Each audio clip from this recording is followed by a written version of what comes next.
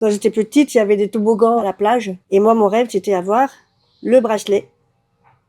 Donc, je suis juste allée acheter un bracelet, juste pour avoir le bracelet. Pour faire comme tout le monde. Tu dis comme tout le monde. Pourquoi comme tout le monde? Parce que nous sommes un peu différentes. Pourquoi? Est-ce que tu vas en parler? Ouais, plus tard, peut-être. Pas de souci. T'inquiète. Est-ce que tu arrives à trouver des mots sur ce que tu devrais exprimer? On va pas se mentir, c'est difficile, parfois même impossible. Alors à défaut d'en parler, la plupart finissent par chercher un autre moyen. C'est le cas de Chantal. Elle dessine une BD. Non, pardon, sa propre BD. Certainement parce qu'elle aime ça, mais aussi pour graver à jamais son histoire quelque part. Alors j'ai passé un moment avec elle pour comprendre ce qu'elle n'arrive pas à dire avec des mots. Mais cette fois, est-ce qu'elle va réussir à le raconter autrement? Même aujourd'hui, je me sens différente par rapport à mon métier que je fais, la manière que j'ai d'exprimer ce que j'ai en moi par le dessin. Et c'est plus facile des fois par moi de dessiner, de raconter des trucs drôles, tout ça par le dessin, que de dire... Enfin, je sais parler parce que j'ai de l'humour, tout ça, mais des fois par le dessin, c'est plus facile. Ouais, c'est ta manière, quoi. C'est C'est créatif ma manière et tout. de m'exprimer, ouais. Pourquoi tu fais ta BD? Déjà, à la base, c'était pour raconter mes histoires, des trucs drôles, et en même temps pour raconter un peu comment elle était ma vie. Rien que ma naissance, elle est assez cocasse. Quand je suis née, en fait, je suis née morte. Tout simplement. Donc je vais le raconter dans la BD, donc je vais pas tout dévoiler. Et donc c'est peut-être ça qui a fait aussi ma force par la suite, entre autres. Et elle l'a trouvé en affrontant son passé, pour l'exprimer dans le présent. Par contre, de mon point de vue, je suis née morte, c'est puissant, parce que c'est particulièrement dur de parler de sa propre mort. Pourtant Chantal, contrairement à une autre partie de son histoire dont elle a du mal à en parler, ça, elle y arrive très bien. Mais cette histoire est parmi l'une des multiples histoires qu'elle va raconter dans sa BD. Ça raconte mon enfance, ça raconte ma naissance, ça raconte quand je suis adolescente, aussi adulte. Il y aura des passages avec mes enfants, etc. Mais ça sera pas suivi chronologiquement. Raconter surtout mes anecdotes, c'est pour ça qu'elle s'appelle Madeleine de Prout et non pas Madeleine de Proust, pour raconter toutes les bêtises drôles. Pas que des trop de bêtises graves. Quelques-unes, mais pas trop. Oh, tu m'en as raconté, il est pas mal. Hein. Là, j'avais quoi, 14 ans? J'ai cassé une vitre sans faire Mmh. exprès. Donc je saignais, et j'avais une fille avec moi qui devait avoir 10 ans ou 8 ans. Et elle me disait, tu sais que tu vas mourir? Et j'avais le sang qui coulait, et elle me dit, tu vas mourir. Enfin, je dis, ouais, tu crois? Et donc je suis arrivée chez moi, il était en été, toujours, ça se passe toujours en été, un dimanche, forcément, à 23 heures. Donc j'exagère avec une grosse flaque de sang. Là, on voit tout l'intérieur, et là, c'est le robinet pour enlever le sang. Et la trace qu'on trouve.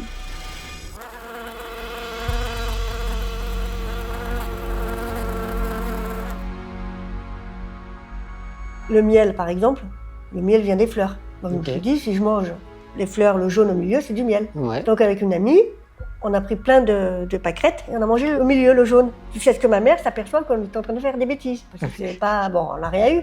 Ouais. Bon, on était malade après. Forcément. Voilà, donc c'est des trucs graves, entre guillemets, mais finalement qui se finissent bien. Et comme j'ai un regard d'enfant, tout ce que je me souviens, je le vois grossi. Donc il y a des choses où je grossis le truc parce que moi je le voyais grand. Et après, il y a mes parents qui m'ont dit, mais non, mais c'était pas tout à fait ça. Ouais. C'est ça, mais c'était plus petit. Oui, t'as fait des recherches après. Après, là, en faisant la BD, tu parles avec tes parents. Alors moi, d'abord, ce que je fais, c'est par rapport à mes souvenirs à moi. Et peut-être que je vais voir si je le fais, peut-être que je vais mettre quelques photos de moi, petite. Okay. Peut-être que je me vois et comment j'étais. Parce que c'est vrai qu'on a tendance des fois, les souvenirs, des fois on les change, on les déforme complètement, et compagnie. Ce qu'il y a sur ta BD, est-ce que pour toi c'était vraiment ce qui s'est passé? Voilà, comment moi j'ai vu de mes yeux d'enfant. Toi tu l'as vu la chose et tout. Ou d'ado. Plein d'anecdotes que il y a beaucoup de gens qui ne connaissent pas, qui ne savent pas. C'est pas un truc que je raconte tout le temps. Mais des fois, oui, j'en parle sur mon compte Instagram, des petits trucs, des anecdotes. Et waouh! C'est vrai qu'après notre discussion, je suis allé checker directement son Instagram. Mais ce que j'ai découvert ont dépassé toutes mes expériences.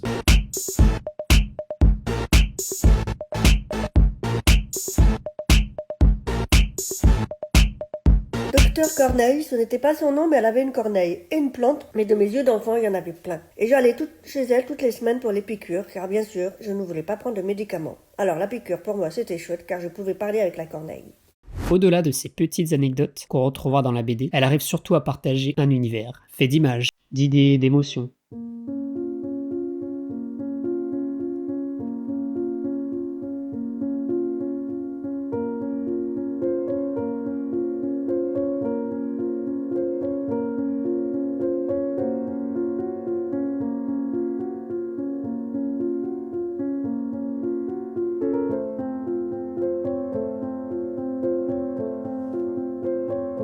Et c'est ça qui va refléter dans sa propre BD.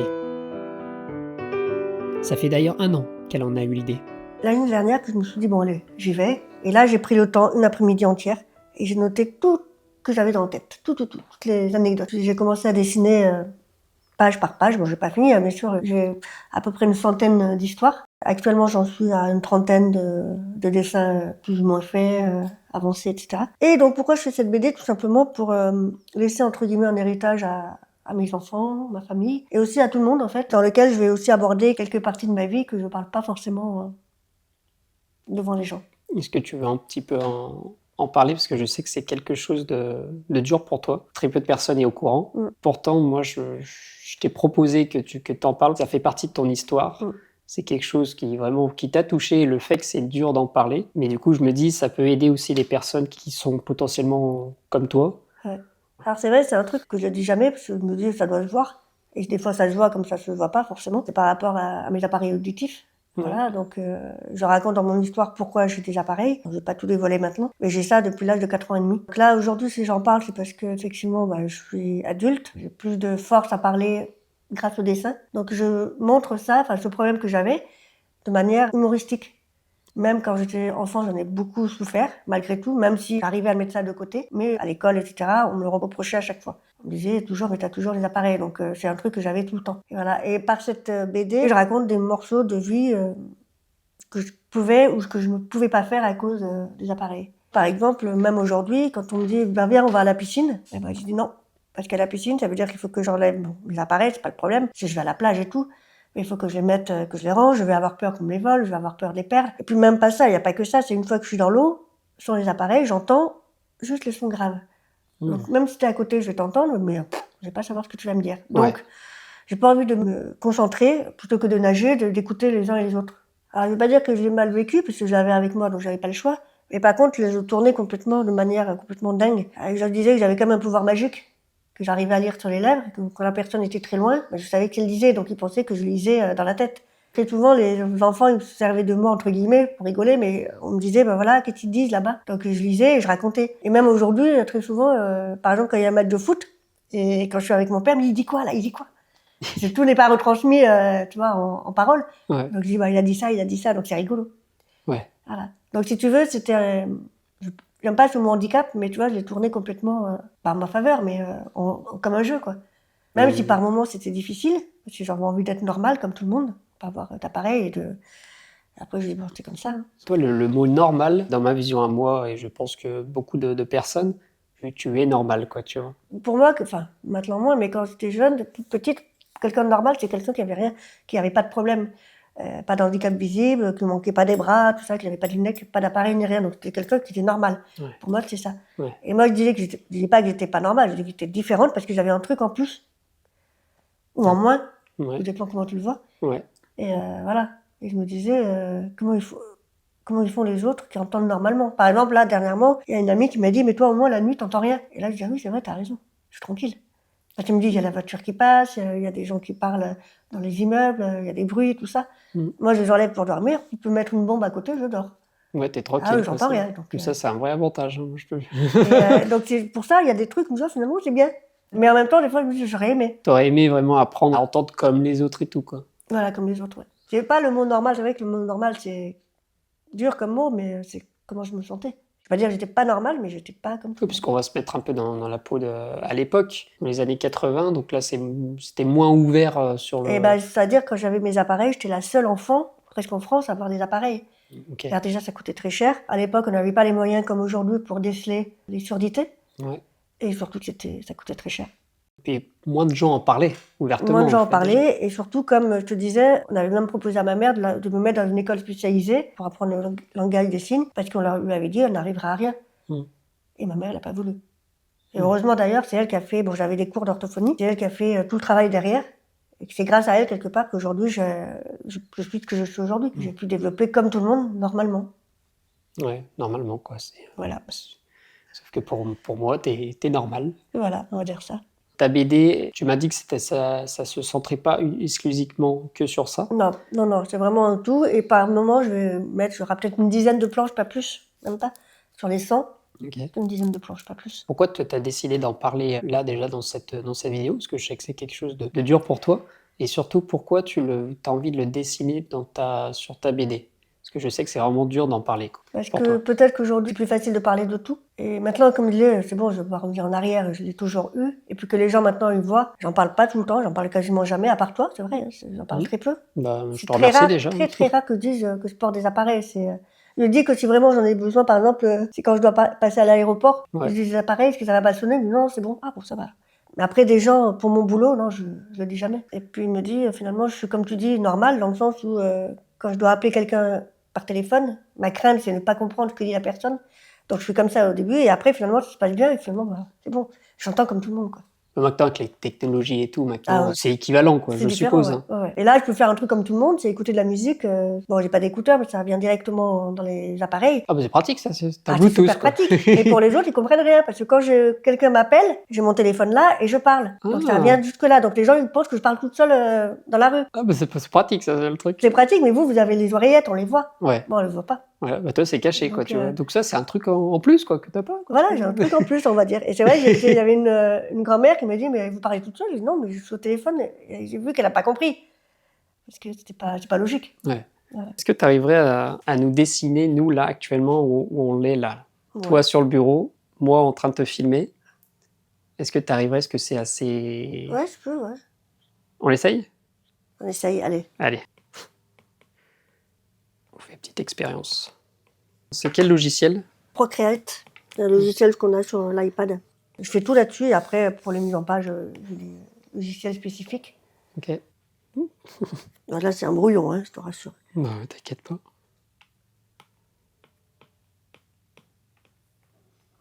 Ma marque de fabrique, c'est cette couleur, les cœurs, qu'on trouve toujours sur les personnages. Alors pourquoi? Je pense avoir une... Attends, je dois l'avoir là-haut. Parce qu'avant de dessiner tout ça, j'avais monté des doudous. Il est trop chou. Voilà, des doudous. Et en fait, leur particularité, j'avais un cœur.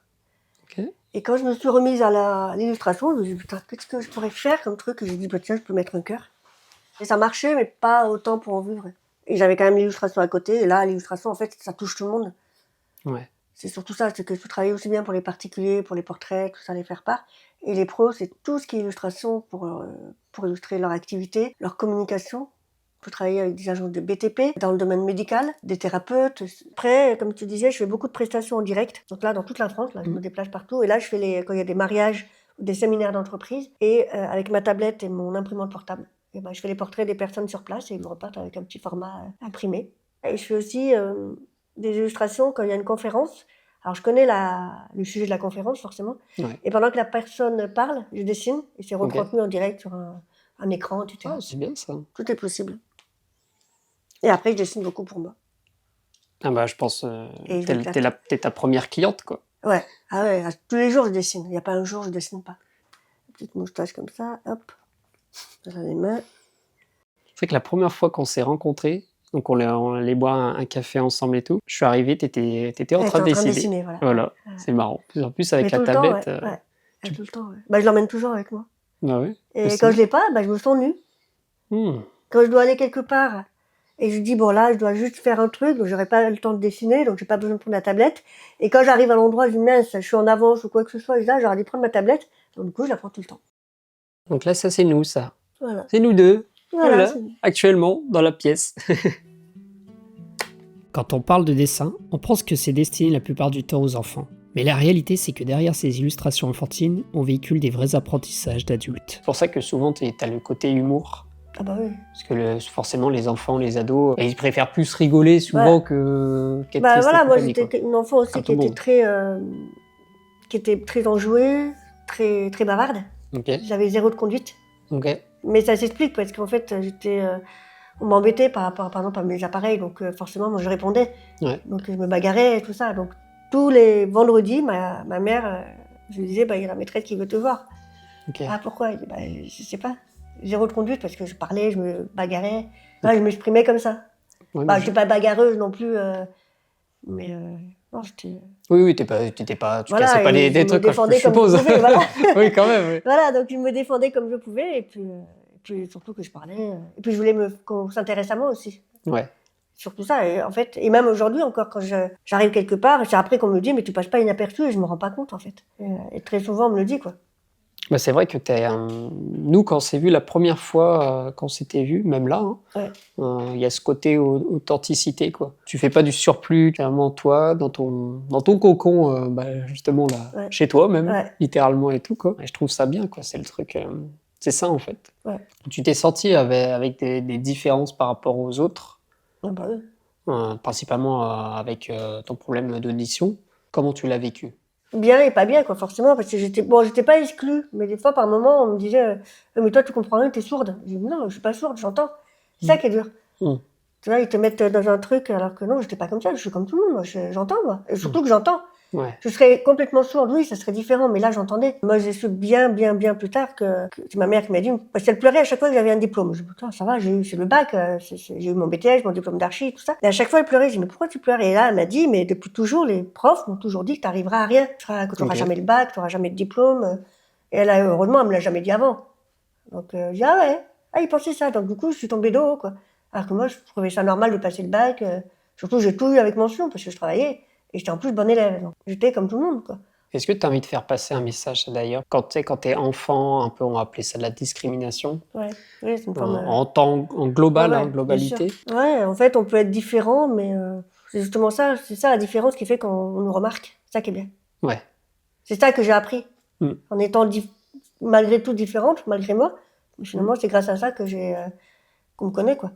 Le fait d'avoir ce truc en moins ou en plus, je sais pas comment on peut le dire, eh ben, je me sens pas comme tout le monde, au contraire. Et s'il y a une différence sans plus à noter, ça serait son petit penchant pour quelque chose qui m'a immédiatement frappé quand j'étais chez elle. Des Legos. Il y a des Legos un petit peu de partout ici. Pourquoi des Legos? Parce que tout simplement, quand je faisais des prestations, je me disais, tiens, j'aimerais me faire plaisir. Et je me suis dit, tiens, je fais une presta, je m'offre un petit Lego.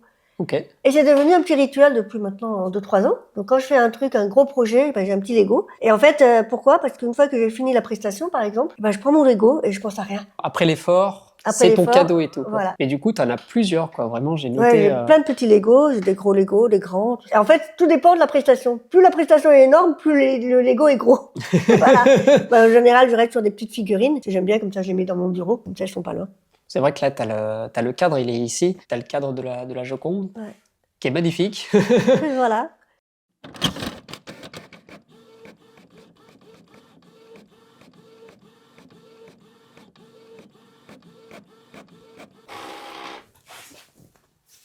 Voilà. Magnifique. Voilà, donc ça, c'est moi, quand j'étais petite, je mangeais rien, j'aimais pas les légumes. Et c'est un médecin qui avait dit à ma mère, et si vous lui donnez un peu de saucisson à la fin, peut-être qu'elle va manger. Du coup, même aujourd'hui, je finis toujours par un peu de saucisson de temps en temps. Voilà. Donc ça sera une page qui sera officiellement dans la BD. Tout à fait. C'est officiel. Voilà. Comment tu l'as créée, cette BD? D'abord, j'ai eu l'idée de faire une BD sur moi comme ça, donc je dessinais moi petite, et puis après, je me dis, bon, il faut que je mette des histoires dessus. Donc là, qu'est-ce que je vais raconter de ma vie? Et là, il y a plein de flashs qui arrivent, plein de souvenirs de mon enfance, des trucs toujours gays, bienveillants. Et donc, du coup, je me suis mise sur une feuille, j'ai marqué les 100 histoires. Et au fur et à mesure, comme je disais, j'ai rajouté mes anecdotes par rapport à mes appareils. Voilà, je vais voir si j'en parle ou pas. Pour l'instant, j'étais pas trop pour. Et puis, au fur et à mesure que j'avance dans la bande dessinée, je me dis, bon, allez, je vais parler un peu de moi quand même. Donc là, j'ai fait tout le storyboard, une bonne partie. Et après, je vais passer à l'ancrage, la couleur. Et en dernier, le meilleur travail, c'est la mise en page. Du coup, là, ta BD, elle sort en 2026. Ouais. On en avait parlé. Courant mai. Ouais, à peu près, ouais. Pour mon anniversaire. Bim. Tu m'avais dit que tu voulais le finir la fin de l'année 2025. Ouais. Est-ce que tu vas l'imprimer? Alors, j'ai plusieurs solutions. Soit j'ai un éditeur. Okay. Je peux en avoir un, je suis en train de voir ça en ce moment. Soit je le fais par une campagne, financement participatif. Okay. Le problème, c'est que je peux vendre tant d'exemplaires et une fois que c'est vendu, je peux pas en faire d'autres après. Okay. Alors que, passant par une maison d'édition, tu peux la trouver n'importe où en France. Donc là, pour l'instant, c'est une question que je mets de côté pour l'instant. Je regarderai plus en septembre, je pense. Moi, mon but, c'est de faire sortir la BD l'année prochaine. Donc là, je me dis, il faut que je finisse tout d'ici septembre-octobre. Pour qu'après, je regarde tout ce qui est impression, format d'impression, quelle taille il va avoir. Merci Chantal. Merci à toi.